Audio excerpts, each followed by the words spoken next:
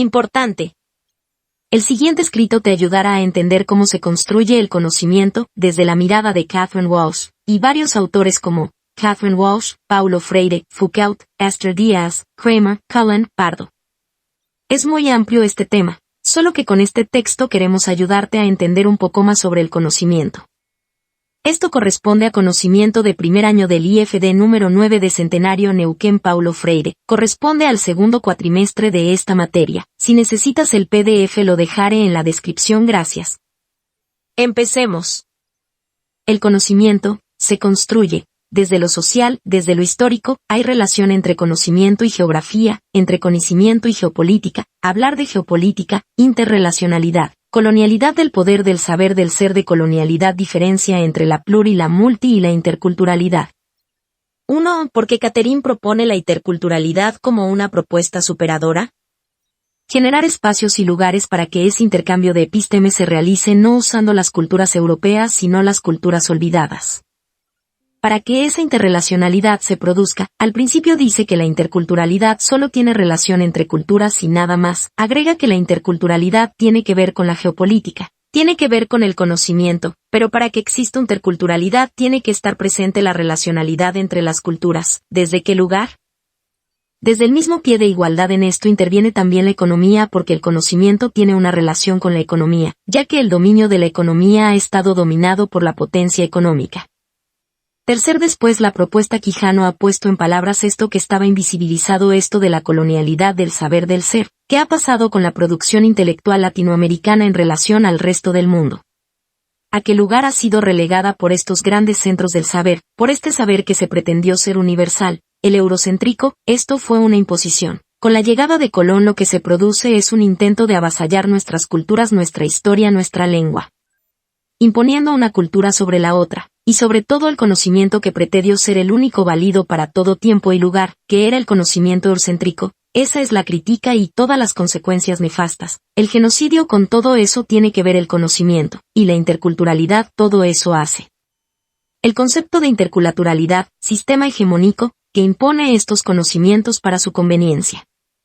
Sobre los legados geopolíticos de los que habla Catherine Walsh. La autora aborda en su texto la noción de legados geopolíticos en el contexto de la interculturalidad, el conocimiento y la decolonialidad. Estos legados geopolíticos se refieren a las estructuras de poder y dominación que han marcado la historia de América Latina y que continúan influyendo en la actualidad. Se destaca la persistencia de jerarquías raciales, la imposición de una visión eurocéntrica del conocimiento y la marginalización de saberes indígenas y afrodescendientes. Estos legados geopolíticos han contribuido a la construcción de identidades sociales basadas en categorías como blancos, mestizos, etc., que borran las diferencias históricas, culturales y lingüísticas de los pueblos indígenas y africanos. Asimismo, han establecido la raza como algo permanente y fijo, promoviendo la subordinación de ciertos grupos y la exclusión de sus perspectivas y conocimientos. En este sentido, Catherine Walsh propone desafiar y desmantelar estos legados geopolíticos a través de la descolonización del poder, el conocimiento y el ser. Se busca promover la diversidad epistémica, cuestionar las narrativas hegemónicas y construir una sociedad más equitativa y justa, donde se reconozcan y valoren las múltiples formas de conocimiento y de ser presentes en América Latina. Según Catherine, como se materializa según Catherine Walsh, la materialización de la descolonización del poder, el conocimiento y el ser implica cuestionar las estructuras de poder y dominación que han perpetuado la marginalización y exclusión de ciertas identidades y saberes en la sociedad. Se busca transformar las relaciones de poder existentes, promoviendo la diversidad epistémica y la equidad en la producción y circulación del conocimiento. Para materializar la descolonización, es necesario poner en marcha proyectos políticos, éticos, pedagógicos y epistémicos de interculturalidad. Estos proyectos deben incluir conocimientos colectivos, análisis colectivos y acciones colectivas para desafiar las narrativas hegemónicas y construir estructuras más inclusivas y justas. Se propone recuperar, revalorizar y aplicar saberes ancestrales, no como algo ligado únicamente al pasado, sino como conocimientos con temporalidad para comprender, aprender y actuar en el presente. En resumen, la materialización de la descolonización según Catherine Walsh implica un proceso de transformación profunda de las estructuras de poder y conocimiento con el objetivo de construir una sociedad más equitativa, diversa y justa, donde se reconozcan y valoren las múltiples formas de conocimiento y de ser presentes en América Latina. ¿Cuál sería la propuesta superadora que propone Catherine? Catherine Walsh propone una propuesta que se centra en la descolonización del poder, el conocimiento y el ser a través de la interculturalidad. Esta propuesta busca cuestionar las estructuras de poder dominantes que han perpetuado la marginalización y exclusión de ciertas identidades y saberes en la sociedad. Se enfoca en la necesidad de promover la diversidad epistémica, desafiar las narrativas hegemónicas y construir una sociedad más equitativa y justa. Para llevar a cabo esta propuesta, Walsh sugiere la implementación de proyectos políticos, éticos, pedagógicos y epistémicos de interculturalidad. Estos proyectos deben incluir conocimientos colectivos, análisis colectivos y acciones colectivas para desafiar las estructuras de poder existentes y construir nuevas formas de pensar, aprender y enseñar que sean inclusivas y diversas. En resumen, la propuesta de Catherine Walsh se enfoca en la descolonización del poder, el conocimiento y el ser a través de la interculturalidad como un camino para transformar las estructuras de poder y conocimiento, promover la diversidad epistémica y construir una sociedad más equitativa y justa en América Latina. ¿Cuál ha sido su análisis con respecto al saber y al ser? Aníbal Quijano ha realizado un análisis crítico en relación con el saber y el ser en el contexto de la colonialidad del poder. Su enfoque se centra en cómo las estructuras de poder colonial han influido en la producción y distribución del conocimiento, así como en la construcción de identidades sociales en América Latina. En su análisis, Quijano destaca cómo la colonialidad del poder ha establecido jerarquías raciales y culturales que han determinado qué conocimientos son valorados y legitimados en la sociedad. Esta jerarquización del saber ha llevado a la marginación y subordinación de saberes indígenas y afrodescendientes, así como a la imposición de una visión eurocéntrica del conocimiento como dominante y universal.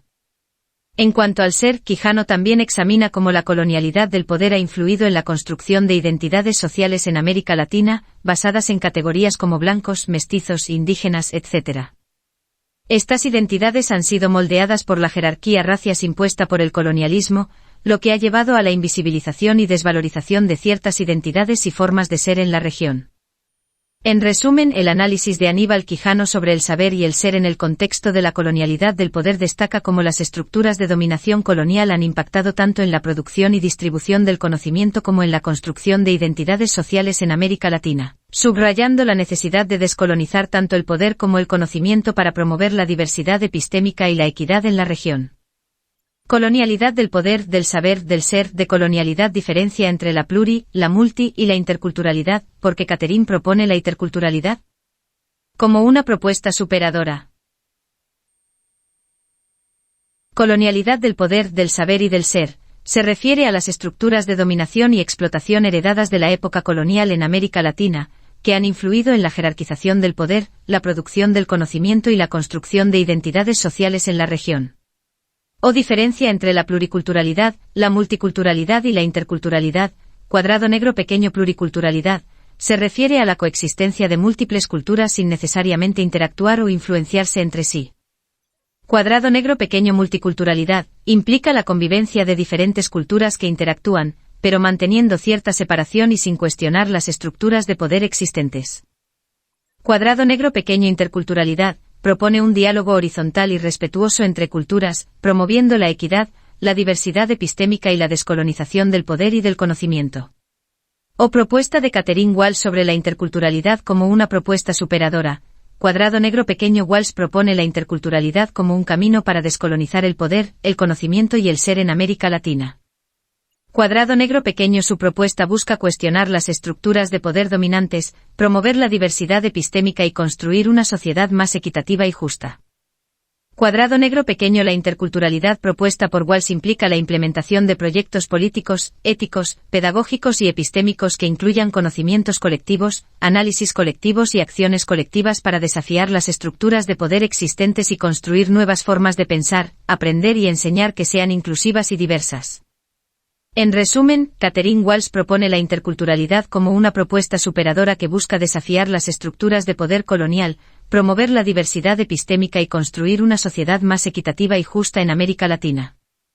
La autora sostiene que la interculturalidad y la decolonialidad son conceptos fundamentales para la construcción de un conocimiento inclusivo y equitativo debido a las siguientes razones: inclusión de diversidad cultural. La interculturalidad promueve el diálogo y la interacción entre diferentes culturas, reconociendo la diversidad de saberes y experiencias presentes en la sociedad. Al incorporar perspectivas culturales diversas, se enriquece el conocimiento y se evita la exclusión de ciertos grupos o formas de pensamiento. 1. Por ejemplo, aprendizaje de idiomas. Ofrecer clases de idiomas adicionales que reflejen la diversidad lingüística de la comunidad, permitiendo a los estudiantes familiarizarse con otras lenguas y culturas. 2. Proyectos de investigación interdisciplinarios. Fomentar proyectos de investigación que aborden temas interculturales, donde los estudiantes puedan explorar y comparar las prácticas, creencias y costumbres de diferentes culturas. Descolonización del saber. La decolonialidad busca cuestionar y superar las estructuras de poder y dominación impuestas por el colonialismo, que han marginado y subordinado ciertos saberes y formas de conocimiento. Al descolonizar el saber, se busca democratizar el acceso al conocimiento y valorar las múltiples formas de comprensión del mundo.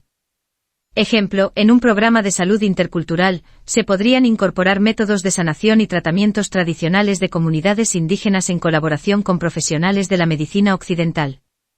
Esto permitiría no solo democratizar el acceso al conocimiento médico, sino también reconocer y valorar las múltiples formas de comprensión del cuerpo y la salud presentes en diferentes culturas. Equidad y justicia. Tanto la interculturalidad como la decolonialidad buscan promover la equidad y la justicia en las relaciones sociales, políticas y educativas. Al reconocer y valorar la diversidad cultural y desafiar las jerarquías de poder establecidas, se contribuye a la construcción de un conocimiento más equitativo y respetuoso de las diferencias. Ejemplo. Un ejemplo basado en las ideas de Catherine Wall sobre la promoción de la equidad y la justicia a través de la interculturalidad y la decolonialidad podría ser la implementación de políticas educativas inclusivas que reconozcan y valoren la diversidad cultural de los estudiantes. Por ejemplo, en un sistema educativo, se podrían establecer programas de becas o apoyo académico específicamente dirigidos a estudiantes indígenas o de comunidades marginadas. Un ejemplo que ilustra el enfoque activo y relacional de la interculturalidad según Catherine Walsh podría ser la creación de espacios de encuentro y colaboración entre comunidades indígenas y no indígenas para el intercambio de saberes y prácticas culturales. Por ejemplo, se podría organizar un programa comunitario que involucre talleres, eventos culturales y proyectos colaborativos donde miembros de diferentes grupos culturales puedan compartir sus tradiciones, conocimientos y experiencias de manera equitativa y respetuosa. Estos espacios de diálogo y colaboración permitirían no solo el reconocimiento de la diversidad cultural, sino también la transformación de las relaciones interculturales hacia un enfoque más inclusivo y participativo. Al fomentar el diálogo respetuoso y equitativo entre culturas diversas a través de iniciativas concretas de interacción y colaboración, se estaría promoviendo la inclusión y el reconocimiento de la diversidad cultural en la práctica, y se estaría contribuyendo a la construcción de relaciones interculturales más igualitarias y enriquecedoras para todas las partes involucradas. Un ejemplo que ejemplifica la propuesta de la decolonialidad según Catherine Wall sería la revisión y transformación de los programas educativos para incluir y valorar las perspectivas indígenas y marginadas en el currículo escolar. Por ejemplo, en un contexto educativo donde tradicionalmente se han enseñado únicamente los conocimientos eurocéntricos y coloniales, se podría implementar un proceso de revisión curricular que incorpore la historia, la cultura y los saberes de las comunidades indígenas y marginadas locales. Esto implicaría no solo la inclusión de contenidos que reflejen las perspectivas y experiencias de estos grupos, sino también la promoción de un enfoque crítico que cuestione las estructuras de poder impuestas por el colonialismo en el ámbito educativo. Además, se podrían desarrollar programas de formación docente que sensibilicen a los educadores sobre la importancia de la decolonización del saber y la valoración de las perspectivas indígenas y marginadas en el proceso educativo. Esto permitiría a los docentes adoptar enfoques pedagógicos más inclusivos y equitativos que promuevan la diversidad cultural y desafíen las formas de conocimiento y pensamiento colonial en el aula. Al descolonizar el saber a través de la inclusión y valoración de las perspectivas indígenas y marginadas en los programas educativos, se estaría contribuyendo a la liberación de las formas de conocimiento y pensamiento colonial, y se estaría promoviendo una educación más equitativa, diversa y respetuosa de la pluralidad de voces y saberes presentes en la sociedad. Revisión crítica de los currículos. Se podría realizar una revisión exhaustiva de los currículos escolares para incluir perspectivas diversas que reflejen la pluralidad cultural y étnica de la sociedad. Esto implicaría incorporar contenidos que aborden la historia, la cultura y los saberes de comunidades indígenas, afrodescendientes y marginadas, así como cuestionar las narrativas coloniales dominantes. Formación docente. Implementar programas de formación docente que sensibilicen a los educadores sobre la importancia de la interculturalidad y la decolonialidad en el proceso educativo. Esto permitiría a los docentes desarrollar estrategias pedagógicas inclusivas que promuevan el respeto, la tolerancia y la valoración de la diversidad cultural en el aula. Un ejemplo que ilustra la coexistencia de múltiples culturas dentro de una sociedad sin establecer interacciones significativas entre ellas podría ser la segregación cultural en áreas urbanas. En algunas ciudades es común observar la existencia de barrios o comunidades donde grupos culturales diversos conviven en proximidad geográfica, pero mantienen una separación social y cultural marcada. Por ejemplo, podríamos tener un barrio donde coexistan una comunidad indígena, una comunidad afrodescendiente y una comunidad de inmigrantes, cada una preservando sus propias tradiciones, idiomas y formas de vida sin establecer interacciones significativas entre ellas. En este escenario, a pesar de la convivencia física de múltiples culturas, la falta de interacción y diálogo entre los diferentes grupos puede llevar a la perpetuación de estereotipos, prejuicios y barreras culturales que dificultan la construcción de una convivencia intercultural enriquecedora y respetuosa. Para abordar esta situación desde una perspectiva de interculturalidad y decolonialidad, se podrían implementar iniciativas que promuevan el encuentro y la colaboración entre las comunidades, como la organización de eventos culturales inclusivos, programas de intercambio cultural, talleres de sensibilización intercultural y proyectos comunitarios que fomenten la participación y el diálogo entre los diferentes grupos. Al facilitar espacios de encuentro y promover la interacción entre las diversas culturas presentes en la sociedad, se estaría contribuyendo a la construcción de relaciones interculturales más equitativas, solidarias y enriquecedoras para todos los involucrados. Kramer, la idea principal es que el conocimiento no es una entidad estática y objetiva, sino que es influenciado y construido por factores sociales, culturales e históricos. Esta perspectiva resalta que nuestras percepciones y comprensiones del mundo no son simplemente descubrimientos neutrales de una realidad preexistente, sino que son el resultado de interacciones complejas entre individuos, comunidades y contextos sociales. En lugar de ver el conocimiento como una representación directa de la realidad, se enfatiza que es una construcción que se forma a través de procesos sociales y culturales. El conocimiento es una construcción social.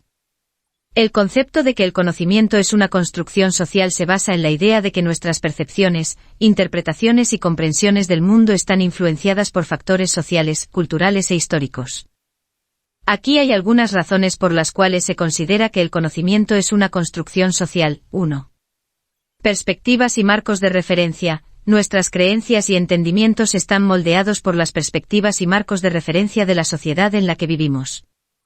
Lo que consideramos como verdad o realidad está influenciado por las normas, valores y creencias compartidas en nuestra comunidad. Contexto cultural.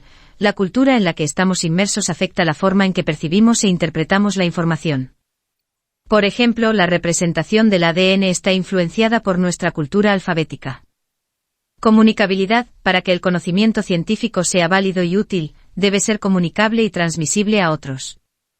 Esto implica que nuestras construcciones de conocimiento deben ser entendidas y aceptadas por la comunidad científica y la sociedad en general.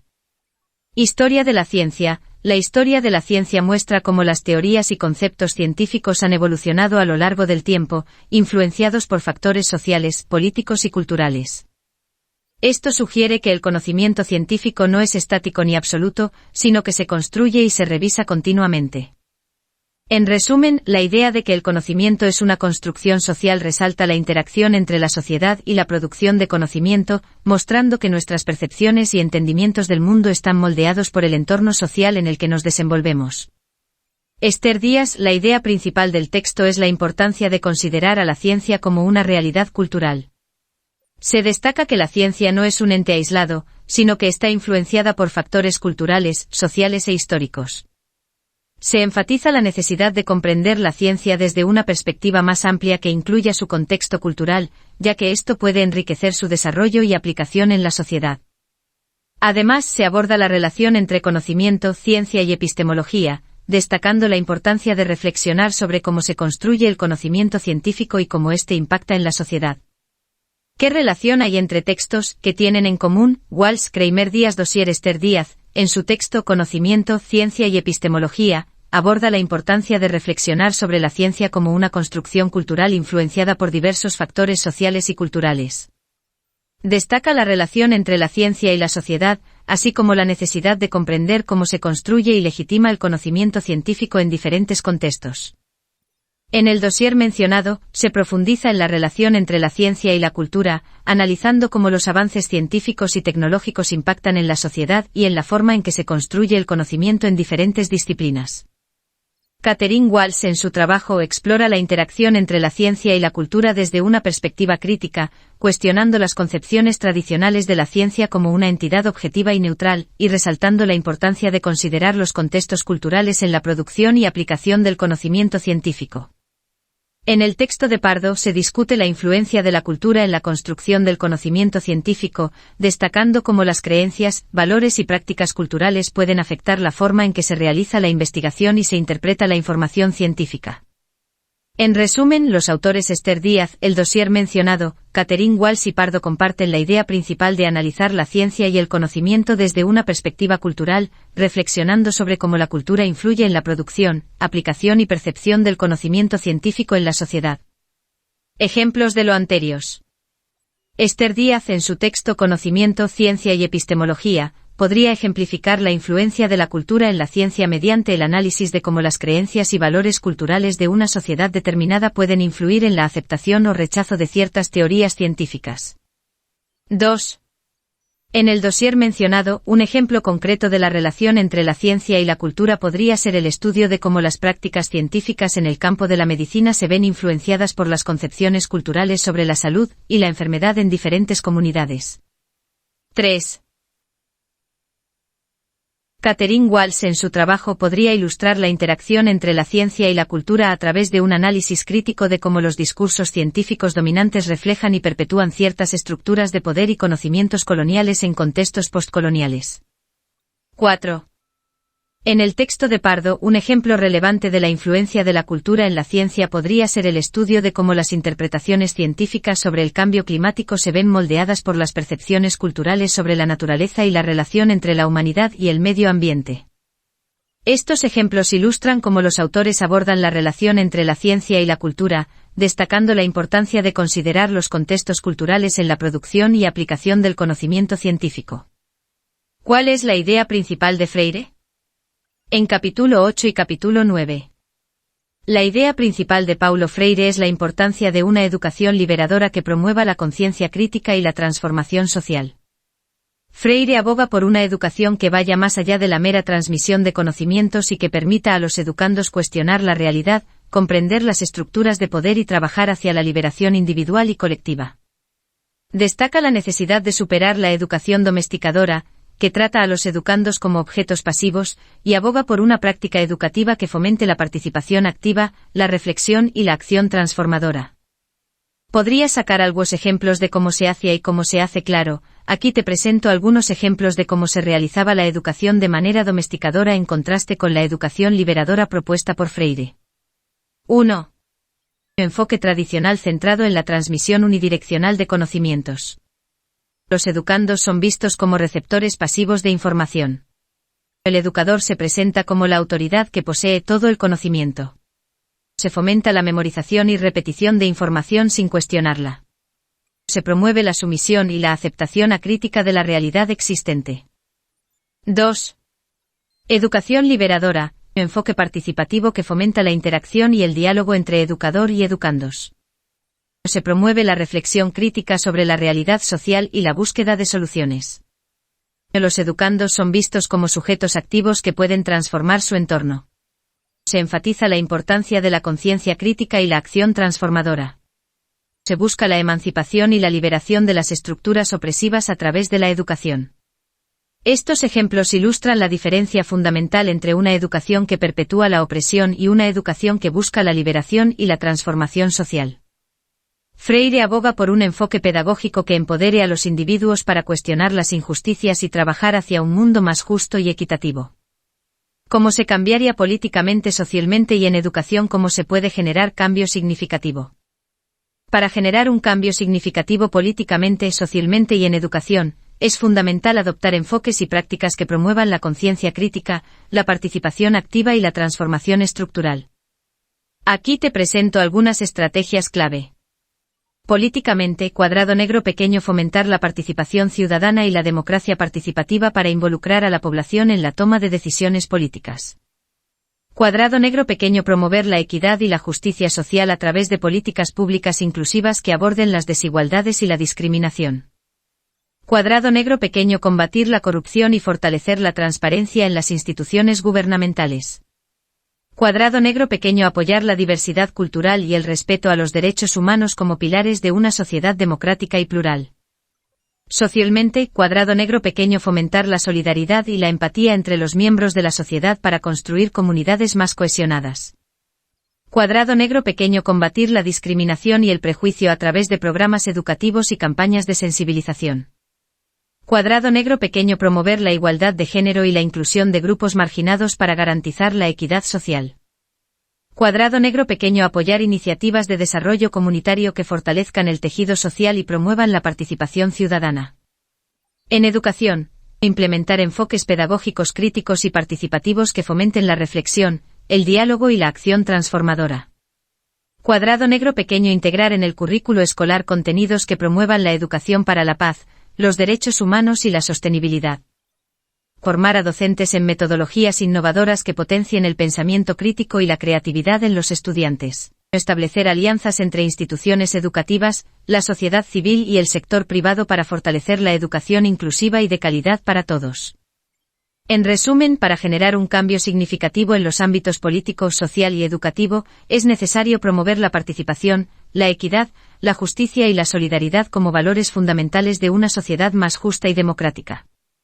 La educación desempeña un papel crucial en este proceso al empoderar a las personas para cuestionar la realidad, transformar sus entornos y contribuir a la construcción de un mundo más humano y sostenible.